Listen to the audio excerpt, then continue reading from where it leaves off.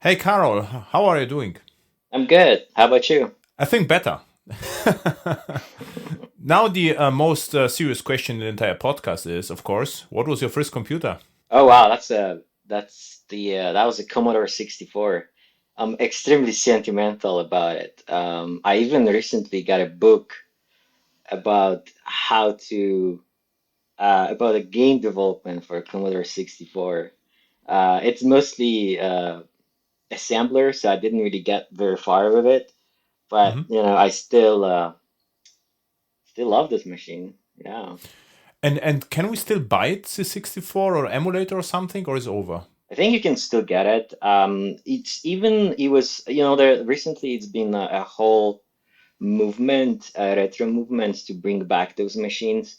So you can actually get new version of Commodore 64 in form of like mostly gaming machine. So Hmm. I'm guessing it's like a Pi with some emulator on it and a joystick comes with it. But Yeah, but there's nothing official, right? So I know there's this, I think RetroPie, I think. So so but mhm, I think there's two things. One is the official products, like mhm, which basically kind of try to bring those old machines back, and mhm. you can buy them on Amazon, or I'm pretty sure Sam is available all over the world. But also there are emulators that you can install pretty much on every machine. The community is quite big. I'm not really on top of things when it comes to retro machines, but like I'm still very sentimental, and from time to time I like to go back and review my first machine. I mean, first programs. I would pay a lot of money if I could get my old software I've written for Amiga or Commodore 64. Yeah. It's gone. So for new developers who starting their work, or they just getting into software engineering, save your first program, save all the stuff, because in 20, 30 years you might want it to bring it back and take a look at it and maybe, play with it. Mhm. Um, my first computer was ZX Spectrum, and I also was curious what's happens with that, and what I found that there was some movement that I try, to rebuild the original one, but it was not very successful. So I was curious what to know the story with C64. But I was a huge fan of C64. I wanted actually to have one, and also Amiga 500. Also wanted to have one, Mm. but never got one. So I actually had just the ZX, which was also great for that time, I would say. ZX, but it was the next, was not the small one. It was the 128 from Amstrad already. So it looked serious actually. So the data set was there was the keyboard and the data set was one unit. Oh yeah, I remember those. Yeah, it was Amsterdam. Amsterdam was also popular. Hmm. Some of those came with these. You can put the tape on it, and like Exactly. some of them came with even like I think some sort of disk drive. You just like This Amiga. was, So yeah, exactly. So it was later, and the and your C64 also had data set, but it was separate. yes, yes, yeah, I remember that. Hmm. Yeah, it took a while to actually load. If you want to play a game, it 20 would take minutes, yeah. like uh yeah. But what amazed me about this retro scene was like what those software developers were able to squeeze out of it.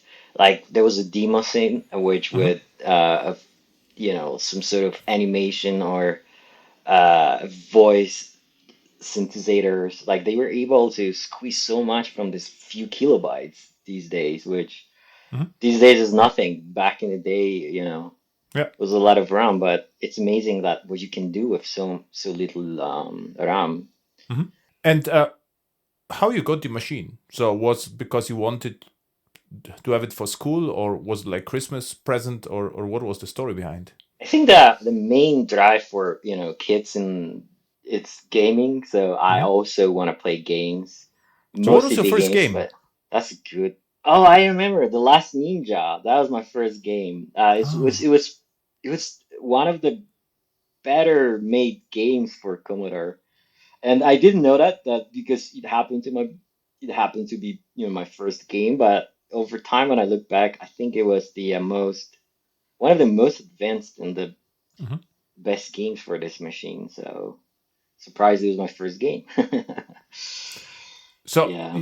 so you just played the entire time, or what was the story? So, what was the transition from gaming to programming? So like that's actually applies to all old platforms. So back in the days, actually, if you want to play a game, it wasn't just a simple process. Just like right now, you get an Xbox, kids can turn it on and just start playing.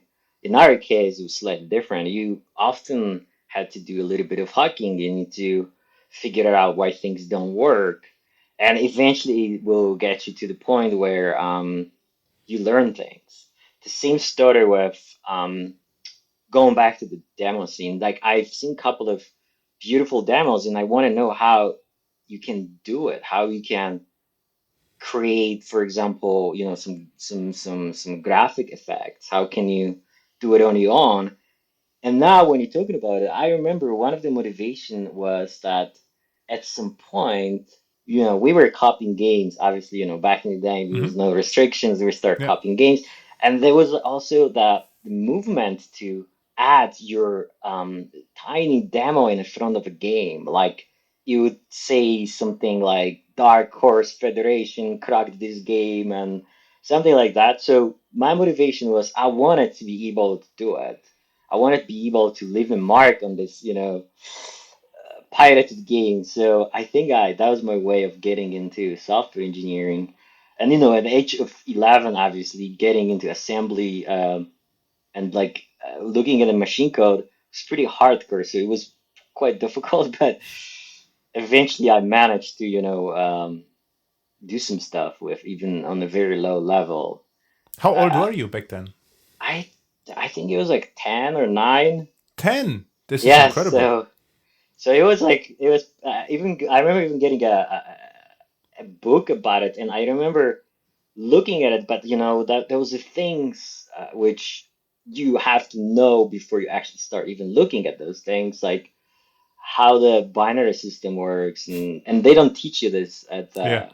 at school, like elementary school. So, and back then there was no Wikipedia on the internet. You Yeah, just sure. had to figure it out. So there's a lot of motivation to um, you know, learn stuff. Less distraction, we didn't have a Facebook and, uh, all the online distractions kids have these days. So I guess it was slightly different. And like, as as we progressed with different platforms, I switched from Commodore, then I got Amiga, and then eventually I got PC. And PC was even more complex when it comes to So what you did with C64 and Amiga was basically modifying games with assembler. pretty much. No, actually, Amiga was slightly better. Amiga had a language which was called, I think, Amos, something like that. It was like a Okay. combination of Pascal and Basic, Okay. and it did have some sort of easier way to operate and deal with sprites. And that was the time when I actually got into game development. I've wrote a couple of games, and I would kill to get them back. They lost, but I even Were they wrote some. okay? I mean, if you look back, did they work, or how good were they? Yes, they were pretty simple. I often were so the biggest problem and challenge for me when you actually until the till this day is to actually the UI. So if you want Yeah. to create a sprite, then you need to be quite proficient in creating graphics. I never had this skill, so what I would do, I create this when you're talking about it, I remember that I created this weird tool in Amos, which would basically I was able to select area uh, of some picture or graphics and copied it and save it to the disk and then Hmm. use it in my game. So I remember stealing some, graphics from different games Hmm. and use them Yeah. in How you my were my able to productions. steal graphics from games, because screenshot didn't work back then, I guess. So you had to extract, the assets from the game I somehow. I don't actually understand. I don't remember that, but I remember stealing some interesting effects. Like for example, there was a game which had those rotating uh, rotating like a Metroid or something. There was Hmm. very cool graphics on a copy, and that was pretty Hmm. much like a almost like a photo quality. Hmm. And I remember like distinguishedly, I stole that for my game, which was like kind of asteroid shooting game. Hmm. I don't remember how I did it though. I think there was the way was that you would start like I would start my tool, then I would insert this the disk with the game, which gave me somehow access to file system, and then obviously nothing what they had there was pretty much like a bunch of graphics that I could open in my tool and then copy what I needed or I wanted from it. But this is incredible, actually, if you think about it, right? What you achieved Yeah, this is actually just with pretty. fun. I know, just for fun, Yeah. modifying existing programs, writing tools, and enjoying that. You will see your Dark Horse Federation on the first screen. Yeah. So, one of the things that I actually, was a kind of interesting, and I trying to change that for younger people I interact with, is that I didn't have any mentor. If I did have a mentor back then, things might be a slightly different because I also remember writing a chat, basically like an application would allow you to chat in local network. And that was like very, very revolutionary at that time. And Yeah. if I had a mentor that I would probably could push that further, somewhere further beyond the local, my local network and bunch of friends we shared this with, or I shared this with.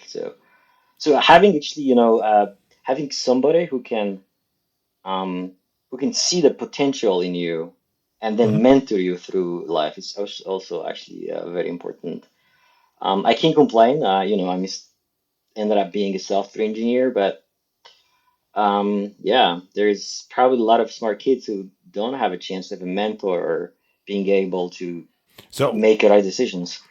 what I failed with was pick and poke.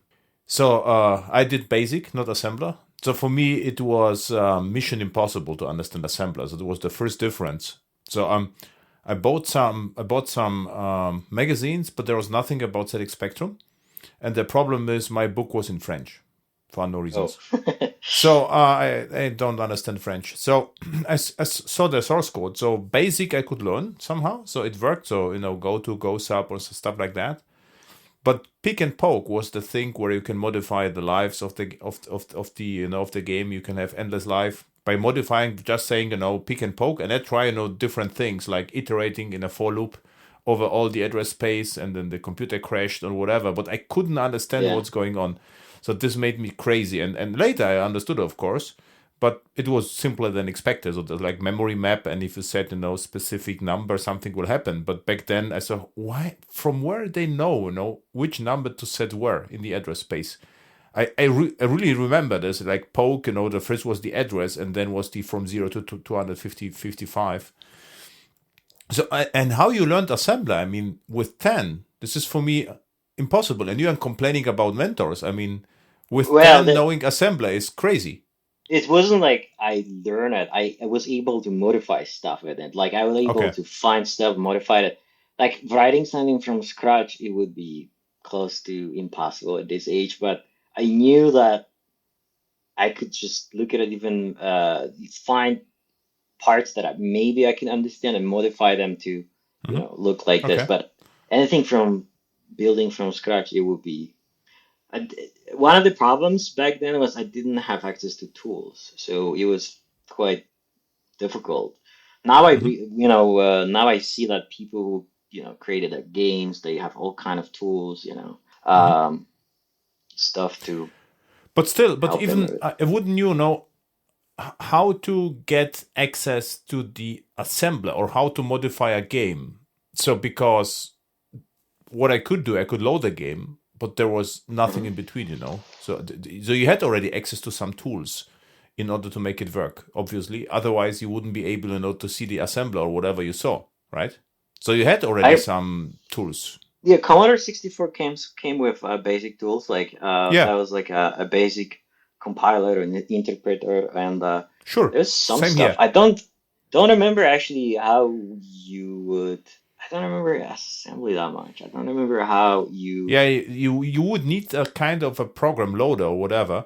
What I remember, I had specific program to copy stuff, and in this program I could add, the peek and pokes if I liked. So this is what I remember, but Mhm. this was my only tool I had. And you had probably something different, so you were able to load, software into your tool and see, the code. Because what I was able to do is to write basic and understand basic, but what I also knew is that the games and all the stuff is somehow different, right? Because there was no source code. So I was saying how they can do this, that they can just load the stuff, and I could, I look at the tape and there was no source. I was like, okay, this is somehow strange, because basic, you couldn't compile basic, you just run it, I think, right? So there was no compiler, there was just run, and it just Yes, ran. Exactly. it's So I. yeah. So interesting time. So in Amiga, you started to code your games, and they were somehow playable, but the Yeah, they graphics were were not. playable. They obviously Okay. they were not production quality.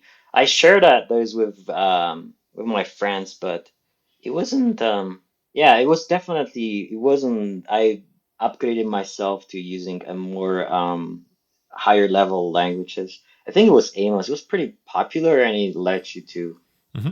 do a lot of cool stuff.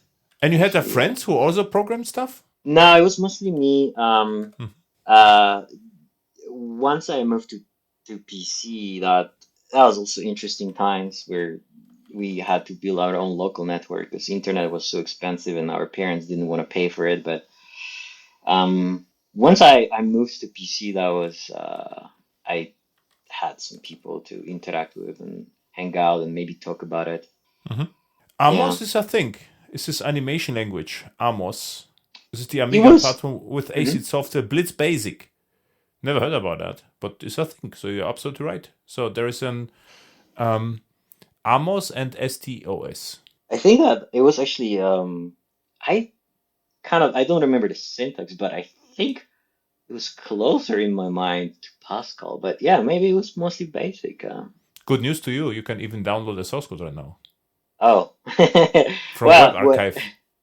what I would really like to see my old software. Hopefully, maybe there are still like Amiga discs with the in my parents' basement of this software somewhere. I gotta, You see, after the podcast, you have a mission.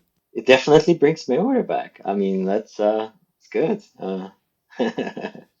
Yeah, was I interested to know what is the start? So if you start to program, what happens? And some guests just love coding, but this is maybe 1%, and most people started with gaming. Actually, that's interesting.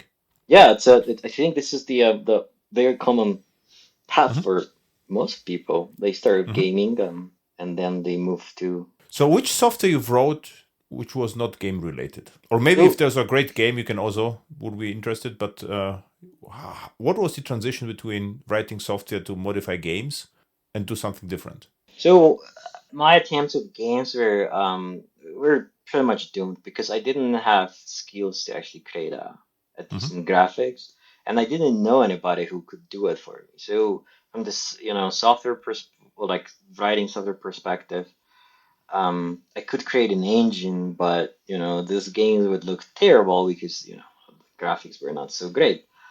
That's why, yeah, that's why it's kind of funny when I look back. But my first, as I mentioned, my first tool which I created, which I'm mostly involved in, like creating software tools these days, was that tool that would allow me to, steal graphics from a different Hmm. program and use it in my games. But I started one game when I finished was like a simple shooter. You fly and like it's starship and you would shoot like different Hmm. type of enemies. It's Hmm. quite simple. It had even a high score. The funny thing is now I remember I brought it to I knew a couple of people who also owned Amigas, so I Hmm. brought it to my school, Hmm. shared that with other people. I brought a couple of discs, give it to people, and no one wanted to believe that I did it. I was like, this is not that difficult, I guess. And then I had like a very ambitious project with RPG game, like a dungeon crawler. Okay. But I started to implement In which engine language? for it. It Amos. was also Amos. Like that was Okay. it. And how old were you? 12 or I 13? I think I was like I think I was like a 13 or 14 at that time. Okay. So, and unfortunately, like at the time, it was whatever you would implement, it was basically, it came for your experience. I Mhm. didn't think about it. I didn't know that software engineer patterns or solution exist already or something that I can use. So I was trying to came up with my own way of solving problems, which obviously got me to the point where it was very difficult to progress, especially in more complex projects. Like, I remember this RPG, I gave up on it because I couldn't create So the idea was that you would every time you start playing games, the new dungeon will be like randomly generated, and Already a it would challenge, Yes, and and then every room would have even like a treasure or monster or adventure. So now, when I think about it, I already immediately some solution came to my mind, like how to solve it. Back then I couldn't, so I failed on that. Hmm. Also, I wanted to, there was like just too many things at once. Then I wanted to add like a pseudo 3D graphics to it, Oh. and the project basically got too big and too complex, and I eventually gave up because it was just like it Hmm. wasn't going anywhere. And But then it I was think somehow operational. I mean, did no, it nothing. just the problem, like the engine problems, just basically discouraged me to the point that I just gave up on it. And I think that after that, I had a couple of years of being a wild teenager, so kind of software engineering was put on the Hmm. back burner, and I didn't do that much till the PC. Yeah, basically. Yeah, So how you got the PC then, or you bought one, or why you got it, or I think it was once again combination of gaming, and I knew that I needed something for school projects, even hmm. though it was like the computers back then were not required. But I was probably mostly gaming when I think about it. Hmm. Oh, that actually broke another idea or another thing that I implemented was at some point, obviously, as every teenager, I was trying to figure out how to make money, and I since that I was not very good or game theater or statistics, Hmm. and I think it was like 14 and 15, so I decided that I'm gonna start playing lottery, and I Hmm. wanted to have some sort of simulation how if let's say that if you buy a thousand coupons, like how likely I would win anything, right? So I Hmm. implemented that, and I distinctly remember that I made mistakes in this algorithm, and the likeness of winning a lottery was like went up like crazy, and I was like, oh my god, if I buy like a hundred coupons, then it's almost a sure thing. So it was funny because then I realized that that might not be the case because otherwise people would win left and right. But that was This is your first serious, machine learning project, right? it was like yeah. So one of the motivation behind it was also to track. Let's say that you buy a large number of lottery tickets Hmm. and you want to easy access without checking every lottery ticket, easy access to what if you win or you lose, and because otherwise you have to go through hundreds of them, right? So Hmm. I ended up not buying any lottery tickets, but that was also interesting experience. And I was very happy for maybe about 2 days, but then I realized that there is a bug in my code, and Hmm. it's not that easy to win a lottery. Yeah, Was it on the PC? it was Was it PC, and I don't understand. I think it was Pascal. I Pascal? don't Okay. understand the language. I think because Pascal compiler was quite popular, and I think Turbo Pascal, somehow I guess. free. Oh, Turbo Pascal, exactly. Yes, Poland. I Yeah. also did it. I like actually Pascal. I don't know. I like the language.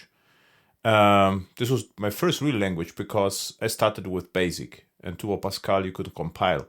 So then I understood, why I couldn't read, the software because there was a binary.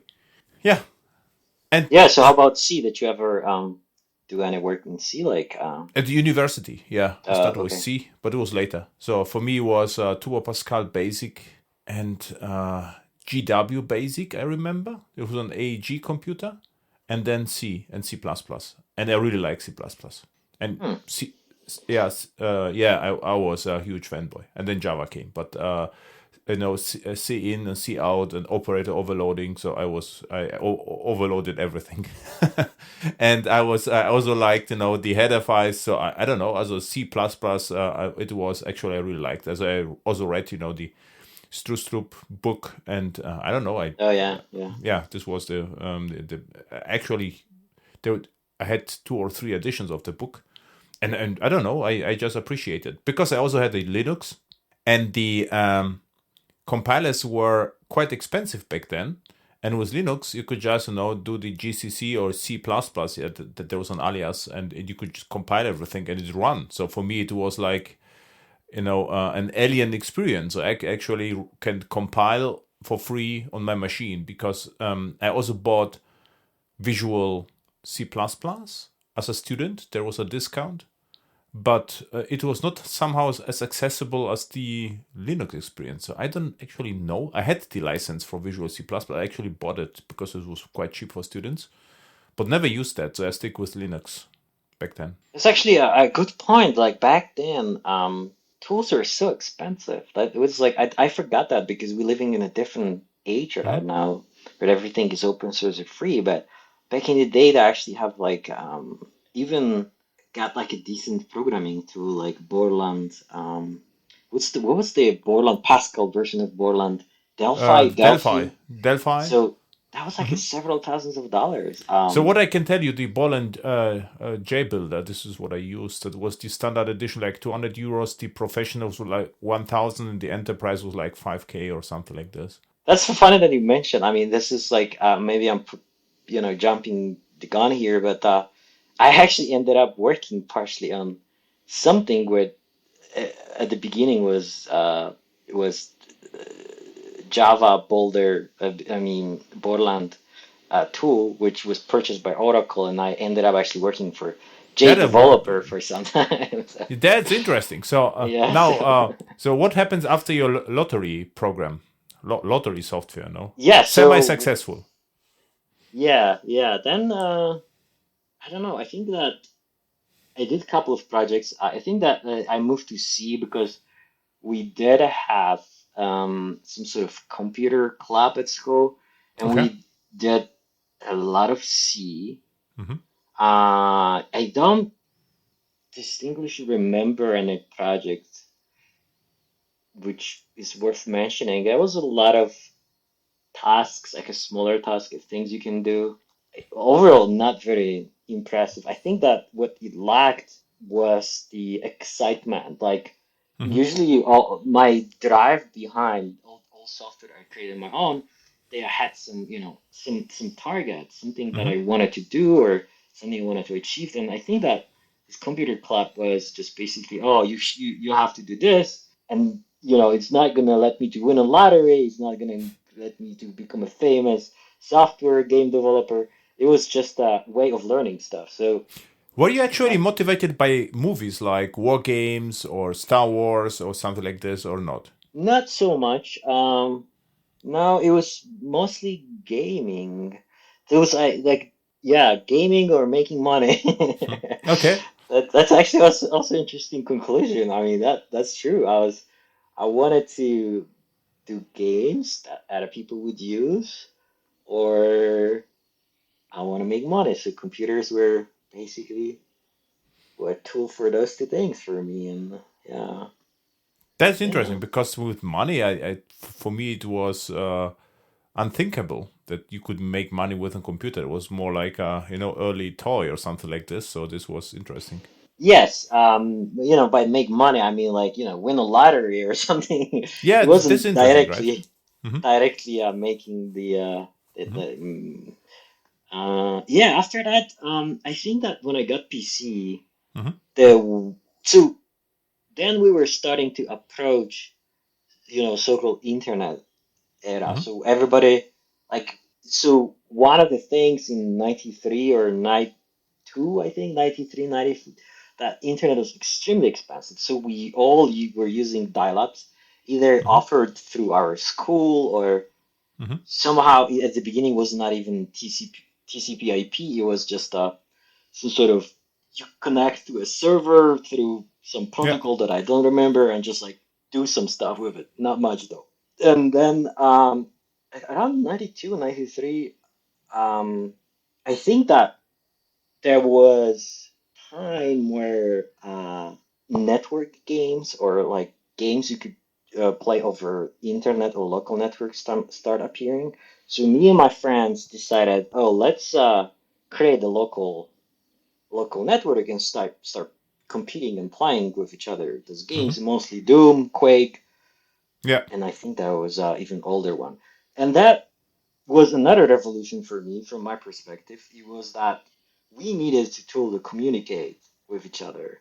And it was Mm-hmm. a very early, so there was not really many chats that would work for us because most of them, for example, was use TCP/IP for some reason, and we had like some some other protocol. It was I think some weird Windows protocol which doesn't exist anymore, like NetBeans or something. NetBeans. So Uh-huh. yeah, so I decided like yeah, like why not and write a chat, a communicator that we can use Mm-hmm. and that was another kind of like And you eye-opening. wrote it, Yes, I did because we couldn't find anything or and it once worked. again we was that It worked. Your chat. yes yes it was actually first version was that only two people who could communicate. The interesting part of it was that now I remember that you could see who's online and who's not, even though it Yeah, was cool. extremely flanky. It was extremely unreliable, uh, and I think it was what language was that? It definitely wasn't C sharp because C sharp didn't exist yet. No, It C Sharp came was after Java. yes, it was something like I want to say it was Visual Basic, which I can't believe it that I touched this thing or Visual Basic or Visual C++, I guess. This was it C was Sharp came way later. So C Sharp, I think, 2002 or 2003 or something. This was C Sharp, or yeah. maybe 2000, so early. So Java came first, and a couple of years later we got C Sharp. I And think it Visual was C++ on Microsoft was huge. Visual C++, or even I guess it could be Bolland C++. or maybe it was one of those languages, one of those that because I know that the create that was when already you could use tools like what you Hmm. what you see what you got like one of those drag and drop Hmm. UI tools. So that was I don't remember that exactly what tool was used, but it would work pretty well. And that was a moment that I think that one of the biggest wasted opportunities that we could go ahead and Great Slack. start.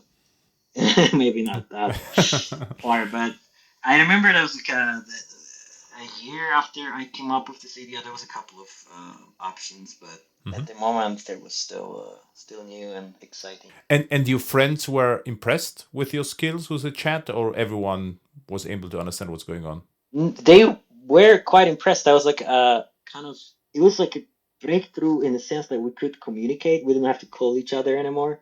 Hmm. We could just chat. It was once again it was pretty buggy and but it worked. They they liked it definitely.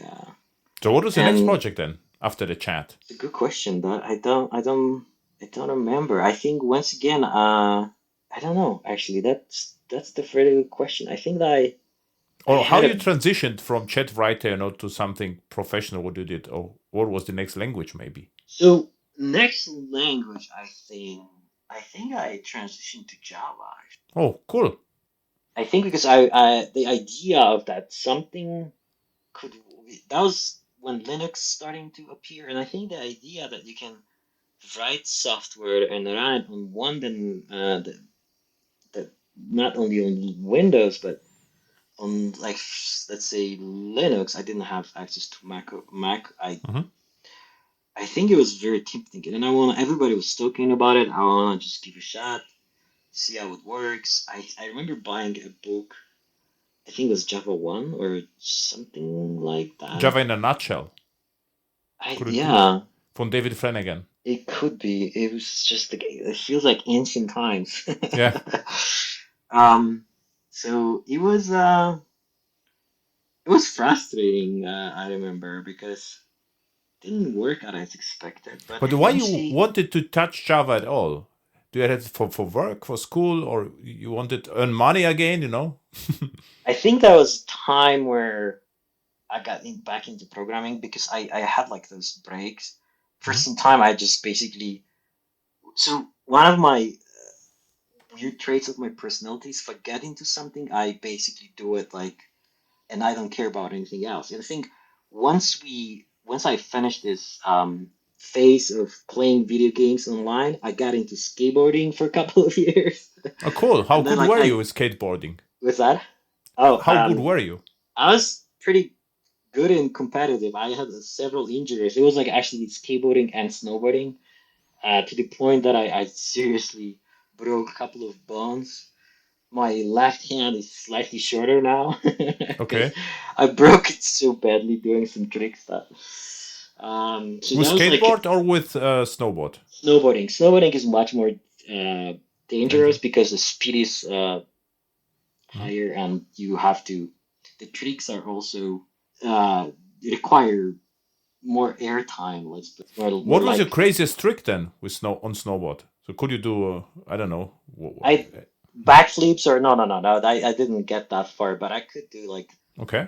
I wanted to do I wanted to do backflips and stuff, but then I broke my arm, Hmm. and I decided that maybe it's not as smart as I did. Yeah. I spend more time skateboarding, and skateboarding is it's an interesting sport. It's like golf; it requires massive amount of dedication and patience. Hmm. It's like if you're not super patient and it's kind of and you don't you basically need to be a masochist and just basically be injured every day because it's so yeah, I love this sport till this day. I love it. I don't skateboard anymore, I'm too old, but I think that was the period where I stopped programming and got into something else, Okay. and then I came back to it. I think in the university I started to doing What you studied? Java. Computer science? uh, I studied a couple of things. I moved from one major to another. Eventually, I ended up doing something like computer science. My final project was I didn't want to. So here's the thing: I didn't want to do computer science for one reason because I thought that computer science, from my perspective, is just a tool to Hmm. just like language. Like Hmm. speaking different languages Hmm. doesn't make you a really expert in anything. Hmm. You need to understand the problem and then take a tool and fix it or describe it. So Hmm. I switched a few times and ended up doing material science, Hmm. including, but it was like mostly about math and describing um, very advanced, not so much advanced, but things that happening in the very advanced chemistry. Hmm.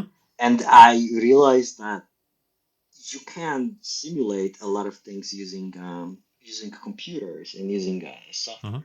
So I ended up, basically studying computer science and implementing and using this as a tool to solve different problems and advance in and discrete math. It was I don't Hmm. remember much out of it, but So it you enjoyed was math and chemistry? yes, it was a combination math, chemistry, and computer science in the end. My project was like basically my final project was something that they gave me a problem or something that some professor had to fix or simulate on a daily basis Hmm. with very advanced math, and I had to.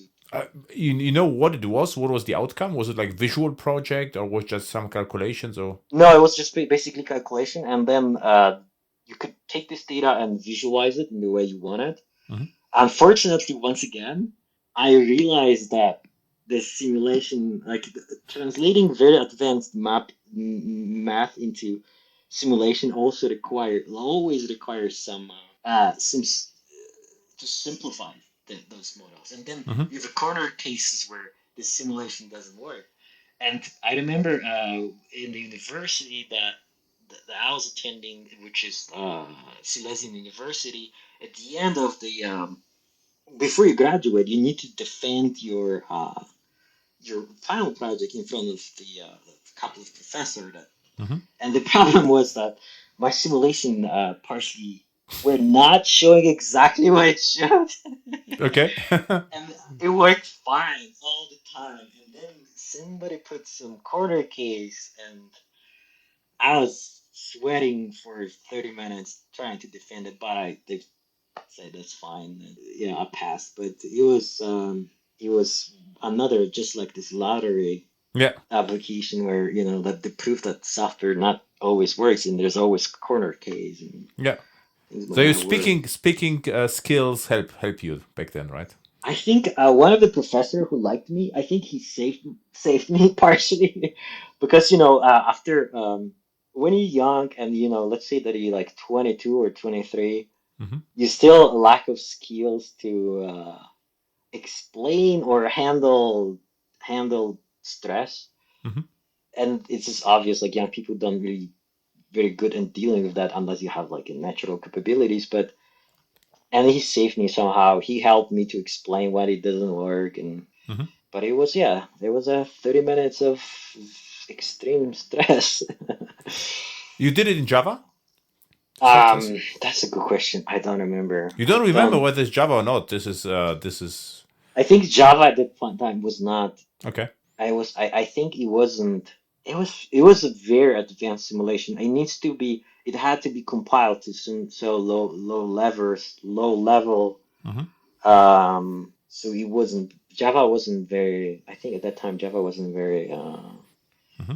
fast or efficient. So I And think it after was something university, else. you started to work for a company, or what you did then? Yes. So if I started to work for a small company, and but almost immediately I don't know exactly how, but I ended up working for Sun Microsystems. You don't know Um, how. this is because at that time I had a couple of offers. I don't remember how. I definitely was a choice number one because obviously Sun Microsystems, right? The guys behind Java, and like But you, one of the but you, coolest companies. but at the university, you wrote something in low level, but you knew already about Sun, right? So Sun was some a thing Yes, to know back then. Okay. yes, I knew about Sun, I knew about Java. I did a couple of smaller projects in Java, and I think that possibly I tried to implement a simulation in Java, but it did not work Mm-hmm. as expected. It was just too slow or too big, or don't remember Mm-hmm. the details. And so obviously I knew about Java, and everybody was very exciting about Java. It was new and cool, and Mm-hmm. everybody wanted a piece of it and work with Mm-hmm. this language. And I think after university, as I said, I got a job like in a smaller company, and then I starting to work. Oh, I remember I starting to work with Java. Don't remember what framework was that exactly, but it was something server side, Mm-hmm. and it required very early version of Tomcat Struts, I guess. and that was probably Struts or JSF or JFS, one of Struts, those Java. JSF is too early, I think. It was Struts or Tapestry or I something like this. But very Struts was, likely, yeah. yes. Oh, I remember because you would insert those tags which were compiled on the server side. Oh, Oh this yeah, is yeah, yeah. I JSPs remember. then. JSPs, Java Server Pages, and Struts was the controller. Struts Yeah, action. I think it was one of those. It's Yeah. kind of blurred to me, but I think it did something from these guys, and I think I got sucked into Java to the point that I really want to get close to source. So I think I applied Mm-hmm. for job in some microsystems, and I went to back then it was actually in Prague, in Czech Republic, Okay. and it was, and I got a job, and What you did at Sun? oh, I remember that now that now I remember. So when I was working on my first Java project, I was using NetBeans IDE, Ah. and then I realized that NetBeans is hiring, and I really wanted to join the team. So that's how I ended up working for. For some. This is what I knew, but I didn't knew that you were working with for the NetBeans team. This was new. So you knew to Hetyan back then. So you worked for Hetyan from the beginning. I work with them. Yes, I work with. I was actually. So here's the thing. Another interesting thing. When I got a job, I applied for a job and I ended up working for NetBeans, part of NetBeans, which supported mobile technologies, which Ah, was okay. Java ME back then. Mm-hmm. Um, and how I met Hertian, we all, it wasn't such a big team. It was maybe Yeah.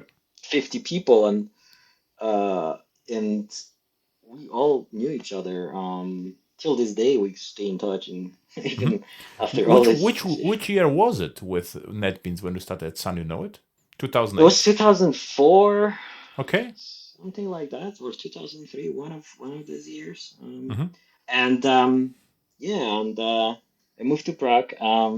We started working on this very cool new project, which was basically something that people still trying to achieve. Was basically low programming tool to you wanna drag and drop few things Mm-hmm. to some sort of designer, and the majority of code is basically generated for you. Mm-hmm. So that was a extremely challenging and cool project where for mobile technology for Java ME, where people could create, or in theory could create, quite advanced applications without Mm-hmm. knowing Have you that also much worked with Java. John Cezzarelli? Yes, John was there. I think that because I don't remember what was John's position at the time. It's possible that they might be somehow involved in documentation or quality Yeah, he was engineering. involved in documentation. I had a chat with him on EHEX FM, Oh, so like 2 episodes ago, oh, and cool. we had a chat about what you see is what you get. And he was in one point of time also behind Matisse in NetBeans, but he started with documentation. This is why I assume that maybe you worked also for John because he was involved with low code. What you see is what you get. He was then the team lead, one of the team leads behind Matisse. Oh, I remember. Oh, Matisse was the swing designer. Yeah, Oh, it was pretty exactly. cool. Yes. No, I actually covered. So basically, because the specification of Java, which was divided between Java ME, Java SE, and Java Hmm. Enterprise, we were focusing on Java ME, and Java ME was huge back then. It was basically making such a huge amount of money for Sun Hmm. that we had a good amount of resources and funding to do pretty much whatever we wanted. So no, it was a Martin Rizal. He was a manager. I worked with an extremely smart guy. We stay in touch with till this day. His name was David Kaspar. Hmm. Um, the team was amazing. Till this day, I think was the NetBeans was pretty much the smartest people I've met so much, and they achieved so much with this NetBeans IDE. Yeah, I like Yeah. NetBeans to this day actually. So it is for them the simplicity and ergonomics. They are great. Yes. Yes, and it was also we back there we were all much younger, so it was not only that. It was also outside of work activities. We would. I remember that's a funny story. Was one of our colleagues had some cottage somewhere outside of Prague. Hmm. So he would organize some sort of what we call LAN party. That was a thing back in the day. Hmm. So LAN party was basically everyone brings laptop and we all playing video games. And I Hmm. think that was like at different fractions. We had a lot of people from United States, and we were kind of divided between Europeans and Hmm. people from the States, and we were competing like with different first person shooters. And then I remember that they were upstairs, we downstairs, and we were screaming. They were screaming USA, USA when they kill us. It was like really yeah. We were working hard and also having lots of fun. And in the end, the product we created was pretty amazing from Hmm. the resources we got. Hmm. Yeah, it was good times. I actually didn't knew that you worked on Java ME. What I remember is the NetBeans day where I met you the first time. It was in 2008, I guess. So a few years later. So you were still in the Java ME team, right? Back then. That's actually a good question. I don't remember because my role shifted a few times. At some point, I was involved in support for JavaFX. We were working on a product which would support and JavaFX that include editor and some sort of drag and drop supports to create Mm-hmm. a What was the name of UI. the project? Was this project which Tor Norby actually mentioned on the keynote? Because there's one project Yes, which was never released, and I forgot the name. You know the yes, that name? was the one. I don't remember the name. That's actually that's don't remember the name, but But we only have to to rewatch the Java 1 keynote from back then, and you will know because everyone talk about that, and it looks actually pretty amazing from look and feel. yes, it was also a challenge because that there was a couple of I think that at some point the decision was not to use NetBeans as a platform, Mm-hmm. and that we literally started to implement everything from scratch, including Windows system. But in the end, it was never released, and we actually moved back to Java to NetBeans and support JavaFX inside of NetBeans. I remember working on editor support, I mean code completion and other stuff. Uh, but yeah, then I was also leading mobile Java, I mean NetBeans mobile for some time. Mm-hmm. Yeah, it's yeah, I had the different roles in NetBeans and got a chance to work with different people. Yeah, going back to those NetBeans trips, that was also it was pretty exciting to meet all the people. I know that we went somewhere with you and Tony, right? Tony Apple. Yeah, this was actually funny because Hetyan asked me, can you just join? We do a world tour in NetBeans, and I'm a freelancer. I have lots of projects. Okay, no way, I cannot just do a 1 month vacation and just go with you, around the world. But what I found out that actually Posen and Gdańsk is very good, to reach from Munich is what like 1 hour flight. So okay, I take these two cities because anything else, Munich was already taken and Frankfurt, and this was just a few city left where Hetian wanted to have support. So I said, okay, I buy 2 tickets. Again, no, I don't have to because go to Posen and Karol will join us, and he has a car. Okay, Oh okay, yeah, yeah, yeah, yeah, yeah. yeah. So let's do this. And in Posen there was at the university, and I did my NetBeans thing with Java E. With server side, we just still do actually a little bit, different flavor, but it's still the same. Hedjan did something. I don't know what he did, but Hedjan had always problems with his Linux machine, so it never worked actually until this HDMI cable with the Beamer Yes. connection was his problem. He had to compile Linux several times until it worked. And I think you spoke about mobile, not JavaFX. This is what I remember a little bit because it was really interested. I was interested what you are doing because it was new to me for the mobile. I had experience, with the backend and Java ME. I was a huge fan, but there was no projects for me. I had even at the early Java. Still have somewhere the Java ring. Actually, it's nothing to do with Java ME, but it was the Java card. It was even one before. So Java ring with a connector. I have to actually find it. So and yeah, and you got a BMW. Oh, And I I said, remember. I can't remember that, but yeah, yeah, but because still. because I say how you get from Sun Microsystems. I thought you come from San Francisco, and you came, from Prague, but I couldn't understand this. Okay, and the first because I attended lots of Sun, conferences and workshops. I worked, for Sun Germany and delivered some trainings. And the first time we had a car, so okay. And what I also remember, you drove like crazy. So this was no near death experience. So what I remember, there were no trucks coming. So no problem, we can overtake this car. So okay, no problem. And of course, we had no idea where we are.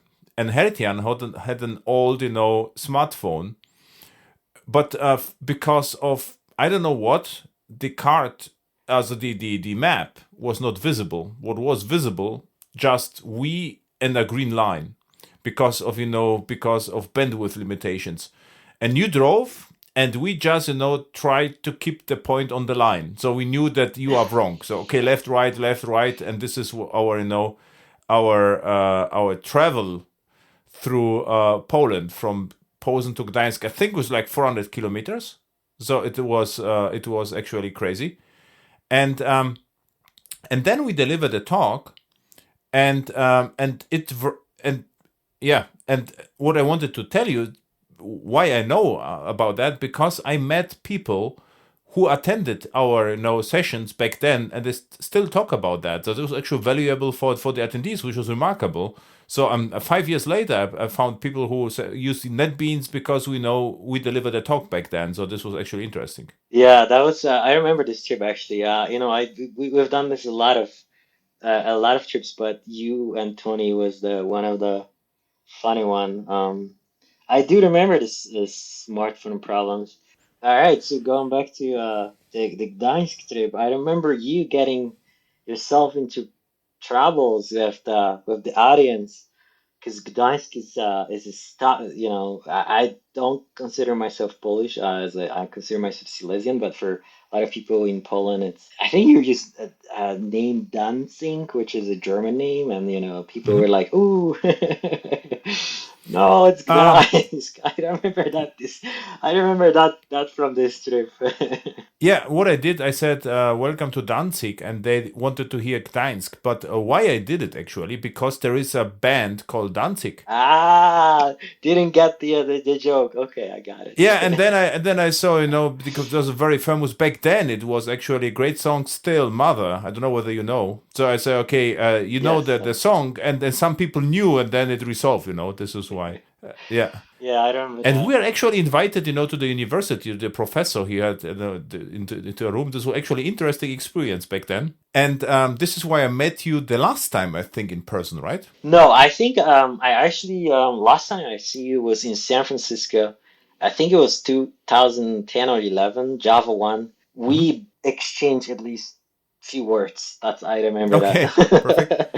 But for longer periods of time, I think it was one of those trips, one of the European, NetBeans days trips. Yeah, and now the story a little bit continues, because what I remember, you and Hertian, you delivered another talk in Java user group in Katowice, and I had no time.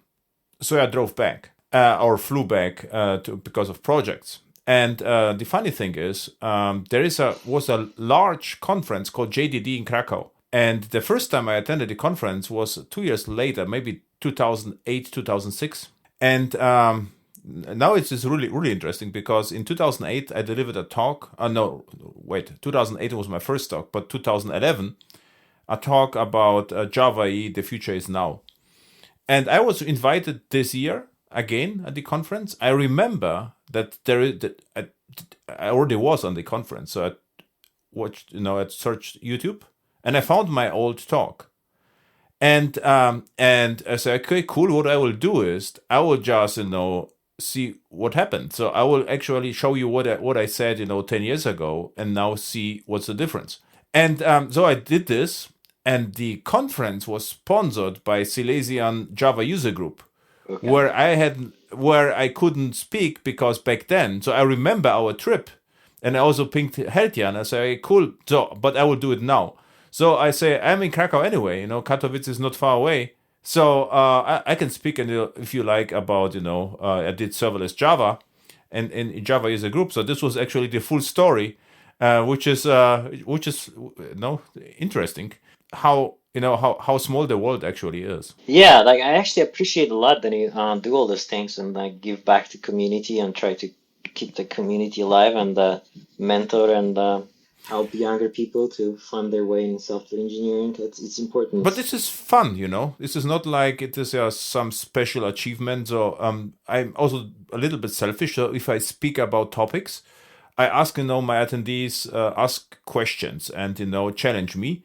And if there are no, good questions or challenges against my idea, so I can verify my strange ideas for projects. So this is also interesting. So it's also interactive. I'm not a typical speaker, so my My slides are always different if I have any. So this is I'm not taking too seriously the entire speaking engagement.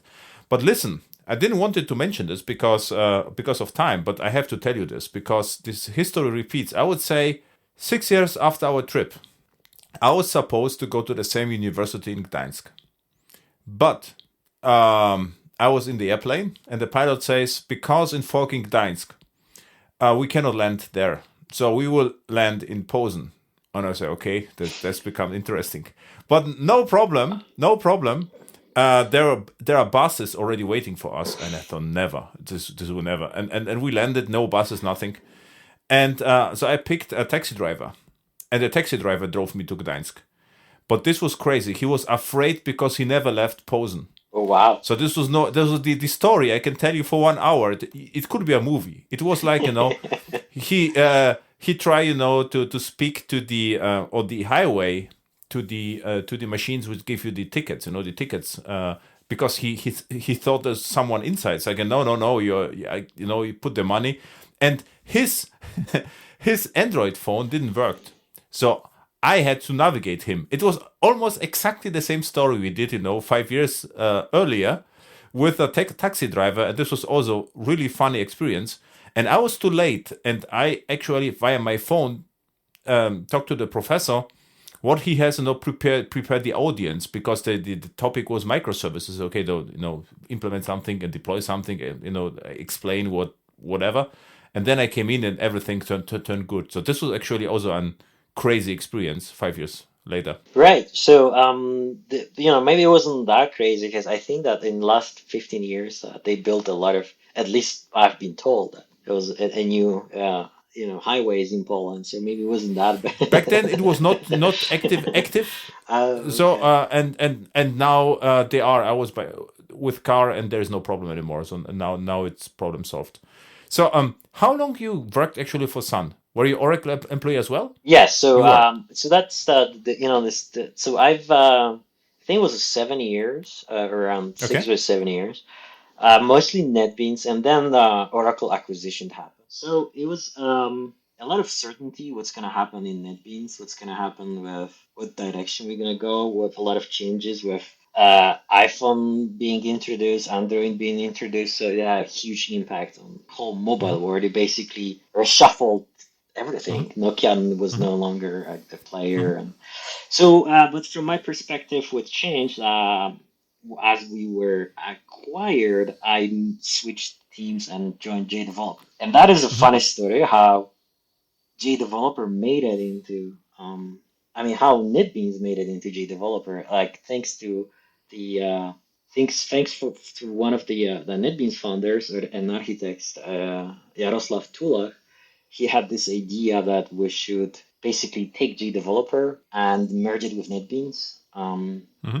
So I ended up working with him on this. That was extremely challenging. Basically, imagine the complexity of API of JDeveloper and NetBeans and replacing JDeveloper engine with NetBeans platform to the Mm-hmm. point that you can actually use NetBeans plugins inside of JDeveloper.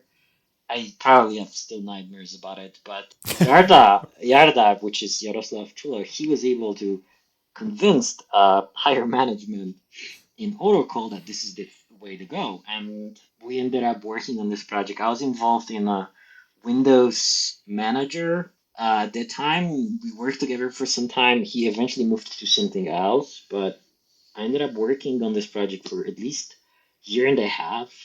It was extremely challenging, but eventually it happened. So if you ever actually, after 2009, I think, if you actually happen to use JDeveloper, you actually were using NetBeans secretly, Mm-hmm. not even knowing about it. So that was It is interesting still the project. case. You know it. It is still Yes, the this is case. yes, JDeveloper, but obviously that type of IDEs are they not as popular as it used to be. No, but SQL Developer, is it also related? Yes, So there is. Yeah. that's basically NetBeans underneath. Like that's funny, but Yeah, but SQL Developer is crazy popular still. yes. So there is a couple of products that they still. So I ended up Mhm. working on the Windows Manager, or managing the whole Windows system in JDeveloper. And at some point, there was a huge shift to cloud, right? So one day Mhm. was announced by Thomas Kurion, one of the Mhm. he's no longer with the company He's of at Oracle, but Google, I think. he's a CEO of Google, that we should switch to and put all the effort into Oracle Cloud. At that moment, I actually moved to working with Oracle Cloud, and JDeveloper was they just moved me to another project, and that was very interesting from developer perspective, because this is extremely unique experience in the sense that everybody is using cloud. A lot of thousands of people using the old, I mean millions of people using all type of clouds, but actually a small percentage of people write cloud.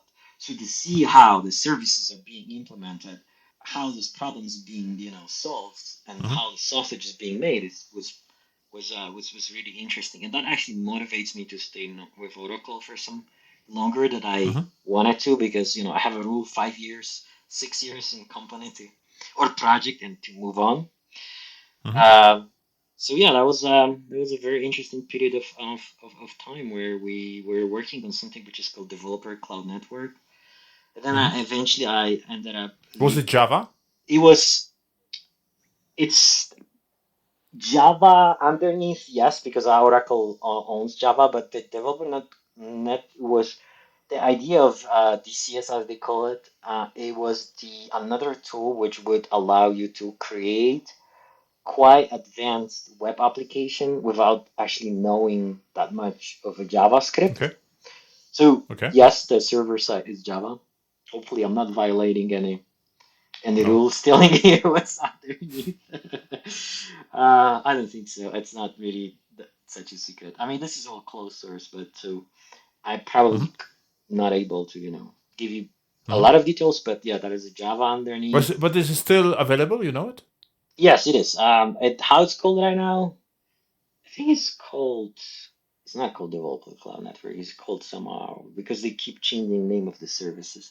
It's out there.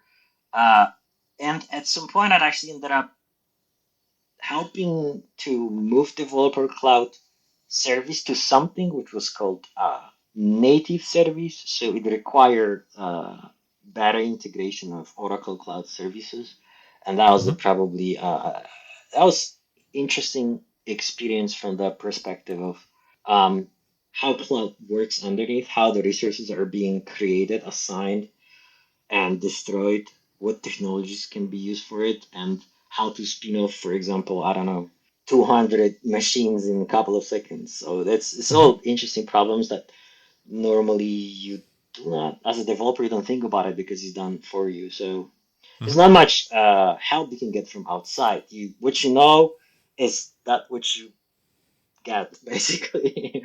There's not really sources that you can go and ask questions. You have to tackle problems that Mhm. haven't been solved yet.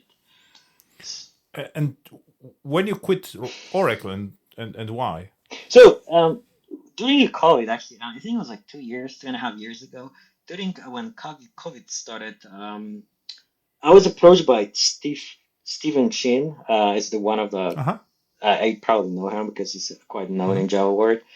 And so He organized Java 1, right? Basically. he used to. Now he works for JFrog actually, but he Mhm. used to was like involved in all kind of Java and And he was Oracle. also very involved with JavaFX, and he had even an open source Open Visage, I think. He had their own implementation of JavaFX. So Stephen was, I think he was freelance and then started the Oracle, so he was really skilled with Java. Yeah, so yeah, that so he started to work for JFrog company a couple of years ago, and he approached me for something which they call partnership team, and the partnership team is actually kind of cool because I was kind of tired of working on one project for years because let's be honest, like if you involve in the one cloud service, you're gonna maintaining this cloud service for years to come. Like if you work on NetBeans or large open source project, you pretty much don't change project that often because it's very difficult to understand how large project works and then how to maintain them. So it's not very efficient to switch between many of them because it's a huge investment to actually learn how things work. And so I wanted to be able to work on a smaller projects for a couple of months and see how that's gonna go. And I wanted to also be involved in open source. So Stephen Chin, basically tried to hire me successfully, and I started working for JFrog. First, I did stuff for something which is called partnership team, but eventually we started this completely new large open source project, which is Persia. Mm-hmm. And that was no, now my main interest is in Persia and distributed binary system or distributed system in general, which is one more time close to virgin kind of territory when to tackle some of the problems and how to do Yeah. it. What is the ultimate goal of Persia? So Prashant, just to give you a couple of like a very short interview. The overview of this project is the distributed systems for Mm-hmm. binaries. So the idea is that we all familiar with, for example, Maven Central, Docker Hub, Mm-hmm. etc., etc. Mm-hmm. It's basically a single point where you can download your binaries or Mm-hmm. Docker images, etc. So the idea is that we want to push this further, we don't want to rely uh, on Mm-hmm. one point of, I wouldn't say failure, but one point where they can download your binaries, like Maven Central or Docker Hub. We want to have more community approach where everybody can run its Like own federated piece of, servers, yes, right? Like piece of Mastodon for yes, software. exactly. So like a piece of that Persia, like a note, so you can share with other people. Nobody controls it. I mean, it's not BitTorrent, kind of approach. It's Mm-hmm. very different. We still control what gets into Persia or want to control what gets into Persia. So the idea is that it needs to be super secure. We are planning to already Then it's using. I assume it's a bit of blockchain also inside, right? Yes, the black blockchain is a huge part of it because we want to make Yeah. sure that something goes in it and the binary is hosted, especially in a distributed system.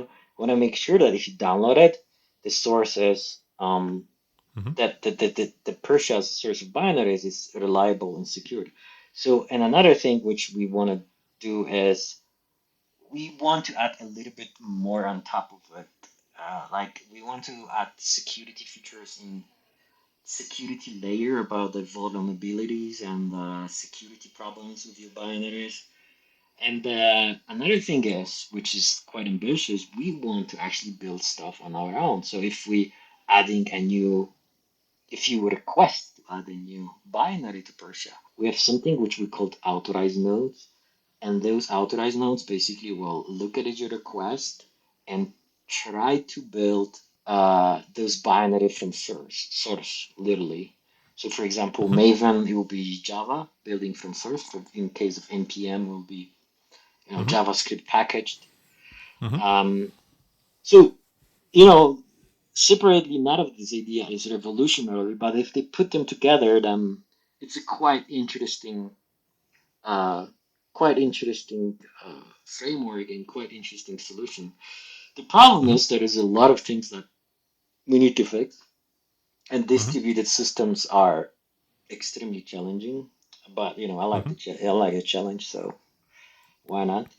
And it's Yeah, written with in blockchain it might actually work, right? So the only problem is, you need somehow majority or whatever, because if someone will try, to push the same binary to different nodes, something has to happen. There's always the challenge, right? the synchronization between it's a Yeah, big thing. Like how you distributed yeah. messages, how you distributed events in such a environment. So yeah, there's a lot of interesting discussion how we can tackle that, and we decided to use Rust Mm-hmm. for multiple reasons. One of that is it's tend to be more secured comparing to other languages because it's so restrictive about how you deal with pointers and ownership Mm-hmm. to the point Mm-hmm. that I have a kind of love and hate relationship with this language because This is what I Another, wanted to ask you because the concepts are super interesting. But what is your impression? Would you like, so to program your old game in C64 now in Rust in your leisure or not? I would do it as exercise. So the Ah, thing is okay, just like but there's fun, a not exercise. Exercise are usually not about fun. So would you will do it for fun? well, so here's the thing, like it's still new projects to me and new technology. Like as Rust, it's challenging because if you spend years in Java or Hmm. working with Java, it's you have to start thinking about all these things like ownership and pointers and all Yeah. kind of things that you usually don't think. And so you ended up being very slow, and Rust is extremely restrictive to the point that how many times, I give you an example, how many times you would use something like System.out.println in Hmm. Java. Hmm. It's just, and you pass a string there, right? And you just print something on your screen, and you can use it for debugging or other stuff. In Rust, it's not that easy because if you pass string to the method, then ownership changes Yeah. and it complicates stuff. And so you have to basically abandon your old habits and So you are not start from writing system out printlns anymore. What do you mean? no. I mean it is possible, but it is it's that was just an example and a stupid one, but like the idea of ownership, it takes some time to practice. And so, and it's very frustrating for somebody who spent a long time in the industry and you know how to solve this problem, but you have a tool which requires slightly different set of skills. So you ended up being often frustrated and you're thinking, oh man, that in JavaScript, Go or anywhere, it would take like 5 minutes. Now I'm sitting here and I'm seeing like Hmm. multiple errors. I think this is the only language I am aware of that one line of code can generate like 50 warnings basically on or failures. I don't think that any other language is you know uh, can achieve anything like this. So yeah, it is frustrating, but also quite satisfying in the end if you implement Yeah. something. So It's interesting for sure. So I would say if I will have to learn different language, and maybe I will use learn or do something with Swift or Rust. Go, I say okay, this is just maybe different flavor. I would say, but Rust is really interesting. There's new concepts and yeah, interesting language. What I found in your GitHub account is also you wrote somehow a test harness for shell scripts, right? yeah, Am I right? so one of the first things, so because I'm what I do often is the when I being involved in new projects, small or or or or big, what I'm trying to do, I'm trying to look at the project and see when, from my perspective as an experienced developer, what is lacking and what I need to do Mm-hmm. to make everybody lives easier. Mm-hmm. So I often ended up at the very beginning trying to fix problems that I see in project. So it doesn't Mm-hmm. matter if I have to create an integration test framework for Persia. If that needs to be done, I will do it, and Mm-hmm. because that is required. Often, I actually ended up being almost like a quality engineer to make sure the project is on the right track or gatekeeper. Because like I know when I look at a project, I spend a month and I know what is wrong with it, and I'm able to fix it. So Mm-hmm. sometimes when I approach new projects, then I will address problems first and then get into development and try to Mm-hmm. understand where I can contribute. So yes.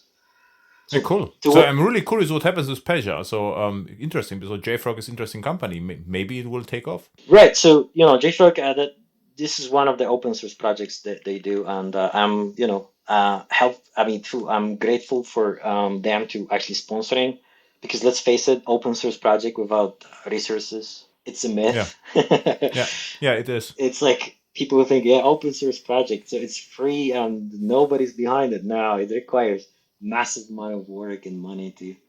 Yeah. And this is the one of the risk when you actually decide to use open source project in your Hmm. not well funded open source project in your project, then you might ended up relying on something which ends, Yeah. suddenly, and you're in trouble. So Perfect, Carol. It was really nice to meet you now after 12 years. So yeah, 2011, so was last time. So now it's 11 years. So and what I didn't recognize that you just switched to JFrog 2 years ago, and you spent the entire time at Oracle and Sun. It's interesting. yes. Even though Oracle Cloud. yeah, that was Hmm. a different projects, but yeah, it was a journey. Um, yeah, it was great chatting with you. And then if you're ever in San Francisco, let me know. Hmm. I think Java One is in Las Vegas now, but if Yeah. you're ever in Bay One Area, question: if it's NDA, you don't have to answer. But were they still, the Sun machines and in the Oracle Cloud somewhere? Because there was, the Sun engineered hardware. There were the big machines with, the Sun logo on it. You saw something like this back, or no more? I think that mostly they moved to x86. If you Yeah. if you actually referring to Spark and Solaris, it's most of my friends who used to work on Solaris. They actually work on Mac OS now. They moved to Apple. Yeah, yeah, but the Oracle machines, I think it was still at the end. Even the Sun Microsystems, you can buy Intel servers. But at the end, I saw Java One everywhere. The big servers with Sun logo still on it, and I'm pretty sure there was Intel inside. So this was, but okay, That is a you good know, good yeah. question. I think that at the end they want to mostly use Spark. I think that the Hmm. competition in x86 and Intel, it was so Hmm. competitive that the Spark was Yeah, the way to go. perfect. Where people can find you? Your Twitter handle and GitHub handle and whatever handles I'm you have. I'm not really big uh on social media. I have I'm using when I work on an open source project, I use GitHub mostly. It's Hmm. a uh, Carl H 2000, I believe. That's the Hmm. nickname that I use in JFrog. And yeah, if anybody's interested in Persia, let me know, and we can They will have contribute. to pass your review, right? Which is not easy, but they could contribute some code. Contribution is always no, I'm not that bad.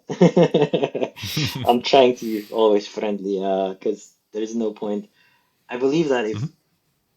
it's better to try, and even if your code is not perfect, go ahead, submit your PR and Yeah, see what happens. And be afraid, or people are not gonna scream at you. People will just correct your mistakes. perfect. Thank you. It was really interesting journey. Same here. Thank you. Thanks, Adam. Hopefully, see you in person soon. Yeah. Thanks.